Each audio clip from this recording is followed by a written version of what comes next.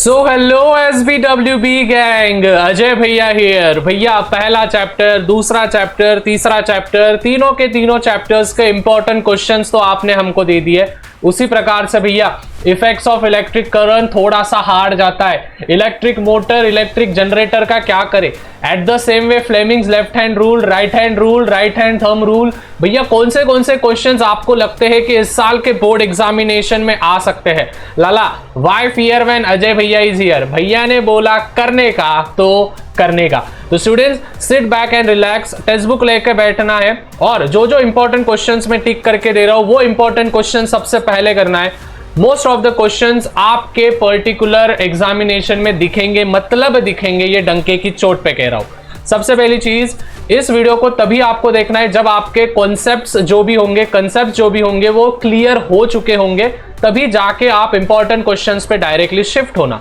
लेकिन भाई जो भी थोड़े एवरेज स्टूडेंट्स होंगे और उनको लग रहा है कि भैया अभी कंसेप्ट करने का समय नहीं है, हमारा पेपर 2-3 दिन में ही है, तो भाई तू डायरेक्टली इंपॉर्टेंट क्वेश्चंस ले, रट्टा मार ले और पेपर में जाके फोड़ के आ। ठीक है, सो आगे बढ़ते हैं फटाफट से। देखो स्टूडेंट्स, सीधा सीधा इस पे आना है। यहाँ पे देखो, इस पे से कोई क्वेश्चन आपको नहीं पूछा गया है, अभी तक एक भी क्वेश्चन नहीं पूछा गया है, लेकिन ये कन्वर्जन आपको पूछा जा सकता है। ठीक है, तो ये कन्वर्जन जो भी होंगे, वैट का जितना भी कन्वर्जन होगा, 1 वैट मतलब क्या, तो 1 जूल अपॉन 1 सेकेंड होता है। ठीक है, तो ये वाला आप लर्न कर लेना।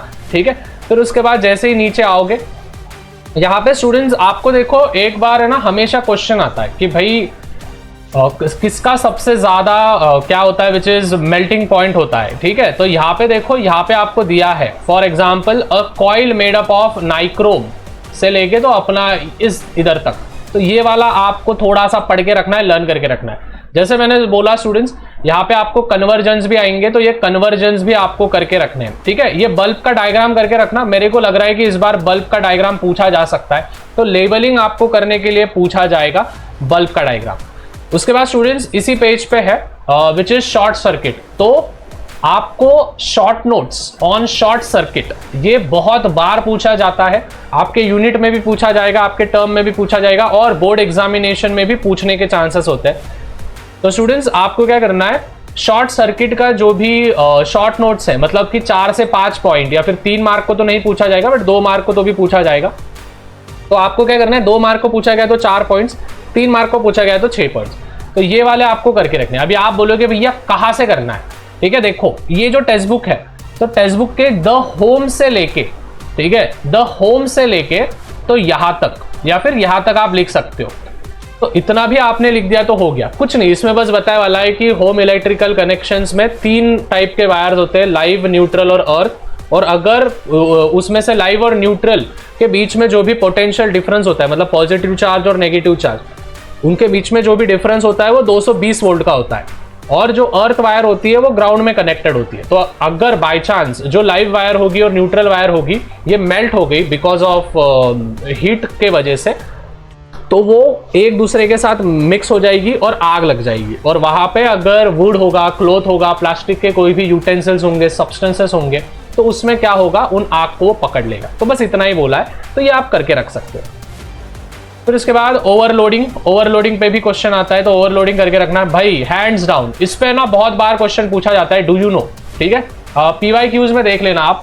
तो ये जो MCB है, MCB मतलब मिनिएचर सर्किट ब्रेकर्स, ये क्या करता है स्टूडेंट्स, अगर इलेक्ट्रिसिटी बहुत ज्यादा अचानक से आ गई या फिर इलेक्ट्रिसिटी बहुत ज्यादा कम है और उतना अमाउंट ऑफ इलेक्ट्रिसिटी वहां पे नहीं हो रहा है, तो ये जो खटका होता है ये नीचे गिर जाता है। सबके घर में होता है, तो ये जो खटका होता है नीचे गिर जाता है, जिससे कि क्या होता है, ब्रेक हो जाता है, करंट जो होता है वो ब्रेक हो जाता है। तो उसको बोलते हैं अपन सर्किट ब्रेकर्स, मिनिएचर।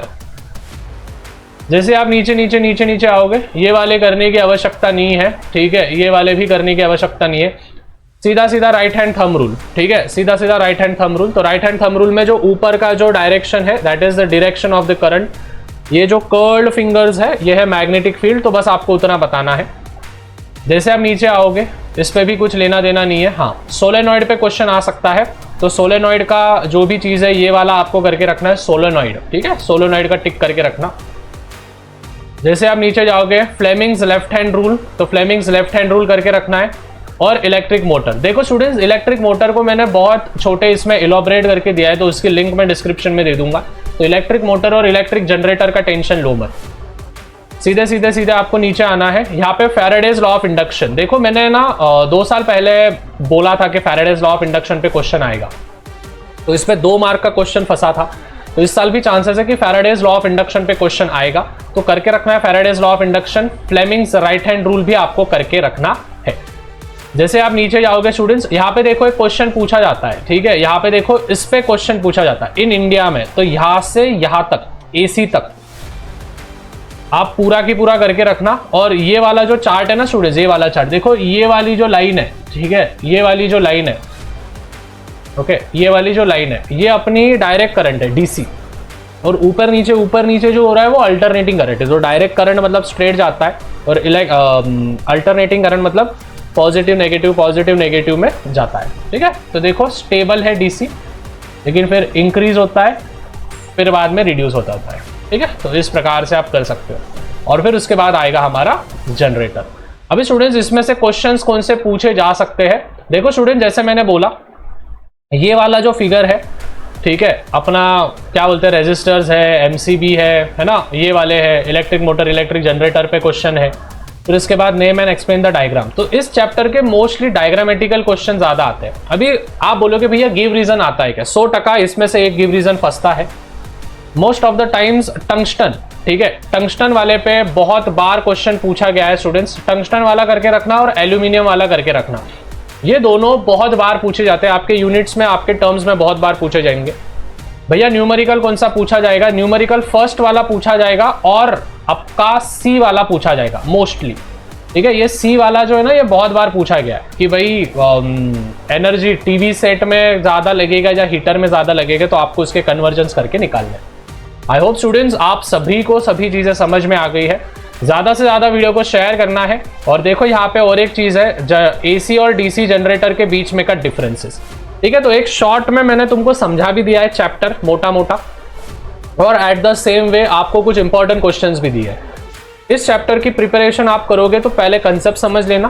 कंसेप्ट समझने के बाद स्टूडेंट्स जो भी इंपॉर्टेंट क्वेश्चंस भैया ने दिए हैं, वो इंपॉर्टेंट क्वेश्चंस आपके एक सेपरेट नोटबुक में लिख के रखना। और जैसे ही पेपर आएगा तो पेपर के टाइम पे क्या करना, आप इसका रिवीजन करके एग्जामिनेशन को भागना, ठीक है। तो मिलते हैं स्टूडेंट्स अगले वीडियो में, तब तक मचाते रहो, फोड़ते रहो। और हाँ सुनो, अगर आपने इसके पहले वाला चैप्टर नहीं देखा होगा which is chemical reactions and equation, तो ऊपर मैं इनकी प्लेलिस्ट दे रहा हूँ, इस प्लेलिस्ट पे क्लिक कर देना है और फटाफट से क्लिक करो और हीट चैप्टर तुरंत आएगा। फटाफट से क्लिक करो